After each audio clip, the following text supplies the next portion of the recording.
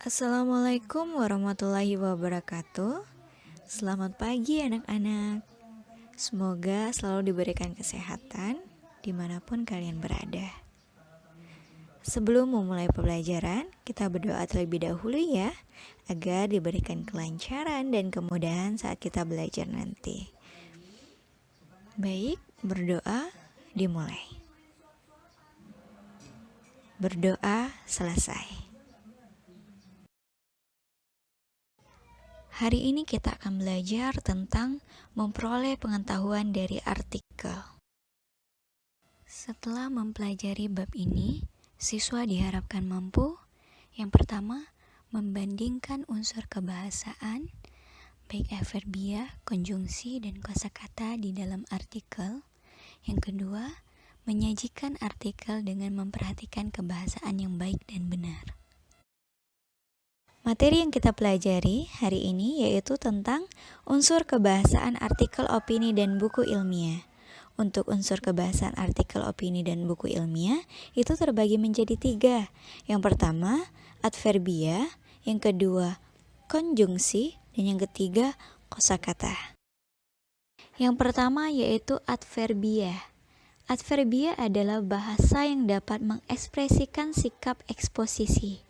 Agar dapat meyakinkan pembaca, diperlukan ekspresi kepastian yang bisa dipertegas dengan kata keterangan atau adverbia frekuentatif, seperti kata selalu, biasanya, sebagian besar, sering, kadang-kadang, dan jarang. Yang kedua yaitu konjungsi. Konjungsi adalah kata atau ungkapan yang menghubungkan dua satuan bahasa yang sederajat, yaitu kata dengan kata, frasa dengan frasa, klausa dengan klausa, serta kalimat dengan kalimat. Konjungsi yang banyak dijumpai pada artikel adalah konjungsi yang digunakan untuk menata argumentasi, seperti kata pertama, kedua, berikutnya, atau konjungsi yang digunakan untuk memperkuat argumentasi, seperti kata selain itu, sebagai contoh, misalnya, padahal, justru. Konjungsi yang menyatakan hubungan sebab akibat, seperti kata sejak, sebelumnya, dan sebagainya. Sedangkan konjungsi yang menyatakan harapan, seperti kata supaya, dan sebagainya. Ketiga yaitu kosakata. Kosakata adalah perbendaharaan kata-kata. Supaya teks tersebut mampu meyakinkan pembaca, diperlukan kosakata yang luas dan menarik. Biasanya konten teks yang menarik tersebut mencakup hal-hal berikut. Yang pertama, aktual, yaitu peristiwa yang baru saja terjadi dan sedang menjadi pembicaraan orang banyak. Yang kedua, fenomenal, yakni luar biasa, hebat, dan dapat dirasakan panca indera. Yang ketiga, editorial, yaitu artikel dalam surat kabar yang mengungkapkan pendirian editor atau pemimpin surat kabar. Yang keempat, imajinasi, yaitu daya pikir untuk membayangkan atau dalam angan-angan. Yang kelima, modalitas, yaitu cara pembicara menyatakan sikap terhadap suatu imajinasi dalam komunikasi antar pribadi.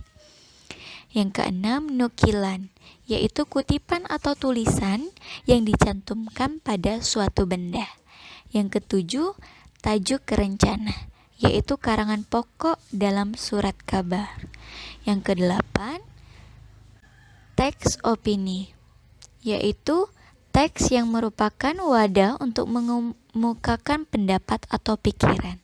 Yang kesembilan, keterangan aposisi, yaitu keterangan yang memberikan penjelasan kata benda jika ditulis keterangan ini diapit tanda koma atau tanda pisah atau tanda kurung.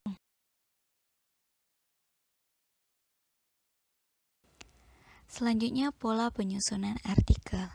Adapun pola penyusunan artikel, yang pertama, pola pemecahan topik. Pola ini memecah topik yang masih berada dalam lingkup pembicaraan yang ditemakan menjadi subtopik atau sebagian yang lebih sempit. kemudian menganalisisnya masing-masing. Yang kedua, pola masalah dan pemecahannya.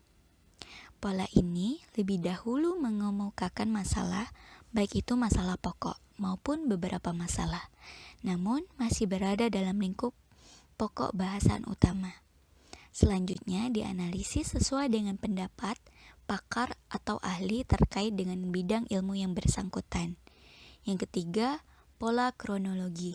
Pola ini menyajikan artikel sesuai dengan kronologi, urutan, kebersinambungan, keberlanjutan bagaimana sesuatu itu terjadi, dipaparkan secara runut dan runtut. Yang keempat, pola pendapat dan alasan pemikiran. Pola ini baru dipakai jika penulis pendapat atau gagasan atau pendapatnya sendiri, kemudian berargumen secara jelas tentang hal tersebut.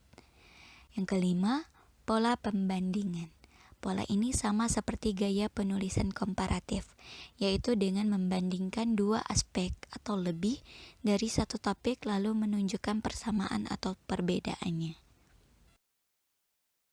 Sejauh ini, ada yang ingin bertanya?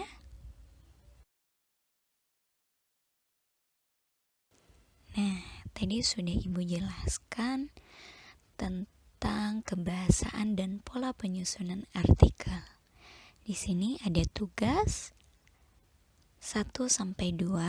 Yang pertama yaitu bacalah buku paket bahasa Indonesia halaman 164-173. Kemudian tentukanlah perbedaan unsur kebahasaan dalam artikel 1 dengan artikel yang kedua. Soal yang kedua yaitu buatlah artikel pribadi dengan memperhatikan unsur kebahasaan, baik itu adverbia, konjungsi, dan kosakata dengan baik dan benar. Mungkin itu saja untuk pembelajaran hari ini. Semoga anak-anak bisa memahami dan bisa belajar kembali di rumah ya. Ibu akhiri, wassalamualaikum warahmatullahi wabarakatuh.